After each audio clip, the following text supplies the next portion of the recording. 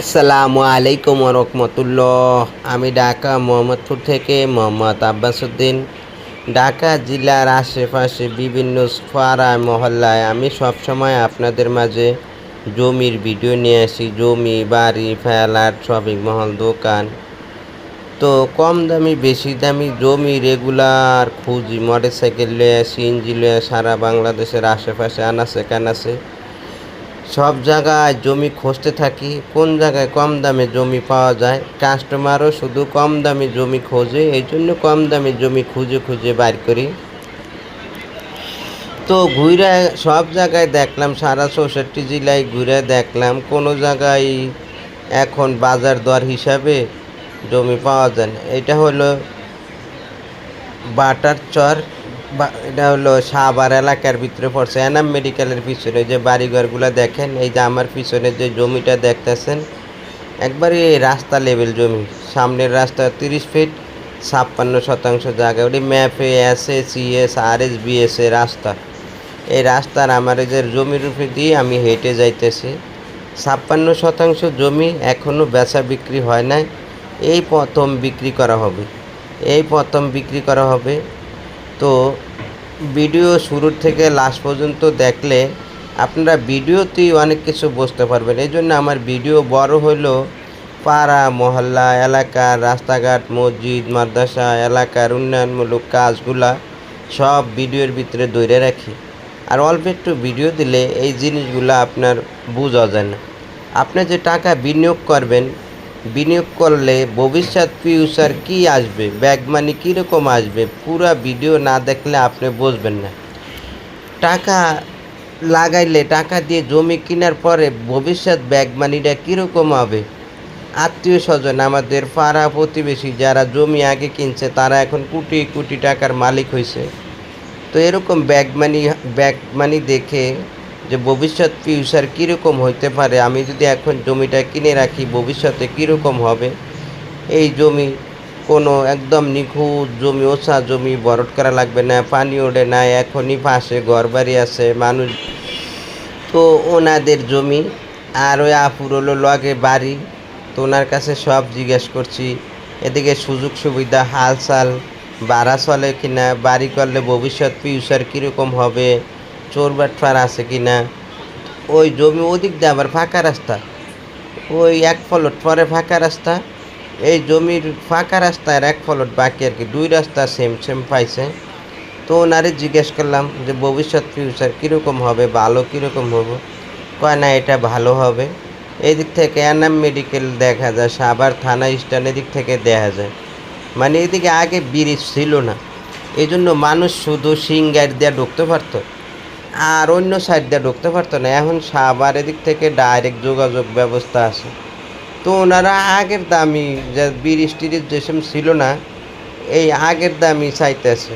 কিন্তু এখন কিন্তু ব্রিজ হয়েছে, এদিক দিয়ে অনেকগুলা গার্মেন্টস হয়েছে, তারপরে রিসুইট হয়েছে, এই যে রাস্তার কাজ ধরছে।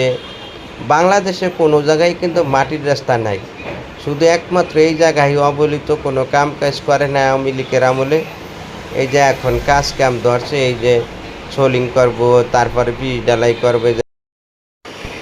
তো আমি আবার যে এলাকায় যাই ওই এলাকায় লোকাল লোক যারা বসবাস করে তাদের থেকে আবার আমি সব কিছু জিজ্ঞাসা করি। এই যে পিচ ডালাই রাস্তা, সোলিং রাস্তা, মাটির রাস্তার থেকে পিচ ডালাই রাস্তা উঠে গেলাম। এই জায়গার থেকে ও এনাম মেডিকেল হাসপাতাল দেখা যায়। এদিক দিয়ে সোজা গেলে 5-7 মিনিট লাগে, আর এই পিচ ডালাই দিয়ে ঘুরে গেলে 15 মিনিট লাগবে আর কি। এই সোজা আবার একটা বাসের, এই সোজায় মাটির রাস্তা দিয়ে গেলে তাহলে ওই সামনে দিয়ে গেলে 5-7 মিনিটে এনাম মেডিকেলে যাওয়া যায়। এর তেনে 1 কিলোমিটার।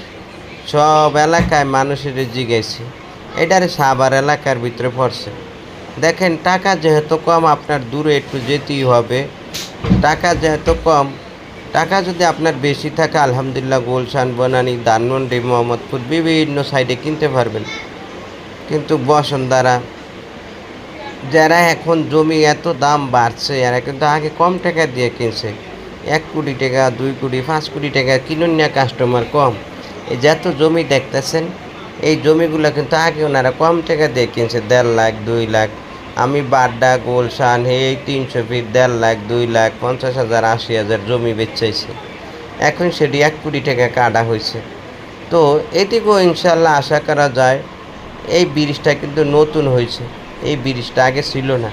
এই জন্য এই ব্রিজটা দিয়ে ঘুরে আমরা এখন সাভার যাইতেছি। আর ওই মাটির রাস্তা দিয়ে গেলে 5-7 মিনিট লাগতো।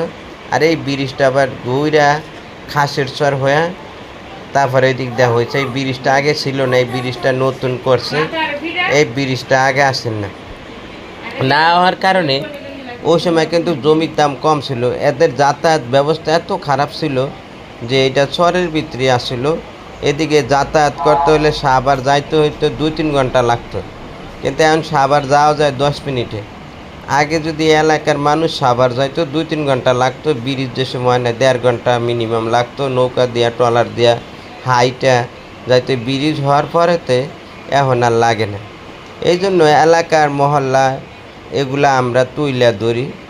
এটা হলো খাসের চর বাজার। এই বাজারে এদিকে ইন্ডাস্ট্রিয়াল এলাকা, এই গার্মেন্টস এখন এখান থেকে শুরু হয়েছে। এই অটোরে জিগাইছি, এই দিক থেকেই 20 টাকা ভাড়া হইলে যাওয়া যায়। তো রাস্তার অনেক সাউন্ড, এই জন্য ভিডিওর ভিতরে আহে, এই জন্য বাইরের লোকজনের সাক্ষাৎ নিলাম না। অনেক সাউন্ড হয়, বিকট সাউন্ড। এই জন্য অনেকে বলে যে সাউন্ড করে দেন। এটা হলো বাজার। নাগরিক সুবিধা বলতে কি, আপনি তো আলোর দিনের ছাড়াক না যে আজকে কিনলেন কালকে 1 লাখ টাকার জায়গায় 1 কোটি টাকা হয়ে যাবে। তকদিরে থাকলে অনেক সময় হয়, কিন্তু মিনিমাম আপনার সময় ধৈর্য ধরতে হবে। একটা গাছ লাগাইলেও ফল ধরবো, ফল বড় হবে, ফল কালার হবে, তারপরে মিষ্টি হবে। অনেকে চিন্তা করেন এই মাসে কিনছি 2 লাখ টাকা দিয়ে, সামনের মাসে যে 20 লাখ টাকা হয়ে যায়। না, এরকম হবে না। 2 বছর 3 বছর 5 বছর 10 বছর 20 বছরও লাগতে পারে। কপাল ভালো থাকলে 6 মাসের ভিতরে যদি এরকম রাস্তাঘাট হয়ে যায়, পিচ ডালাই হয়ে যায়, উন্নয়ন হয়ে যায়, হয়তো বা 5 মাসের ভিতরেই আপনার টাকা ডাবল রিটার্ন আসবে। এটা বলতে পারি 20 বছরের অভিজ্ঞতায়। এটা হলো এই যে রাস্তাগুলো এটা নতুন করছে, আগে এইসব রাস্তাঘাট ছিল না। তো এদিকে মিল ফ্যাক্টরি ইন্ডাস্ট্রিয়াল এলাকা শর্ত, এই জায়গায় কিন্তু উন্নয়নমূলক সেরকম কাজ হয় না। আর এদিকে ব্রিজ হয় নাই, কিচ্ছু হয় নাই। আমরা আগেও আসতাম নৌকা দিয়ে ট্রলার দিয়ে। ও সময়কাও জায়গার দাম একটু কম ছিল, 70,000 80,000 50,000। এটা হলো নামার বাজার, সাভার নামার বাজার ব্রিজ, সাভার নামার বাজার ব্রিজ। ওই যে আইসা পড়ছি আমরা। এই জন্য সমস্ত কিছু ভিডিও শুরু থেকে লাস্ট পর্যন্ত না দেখলে আপনারা বুঝবেন না।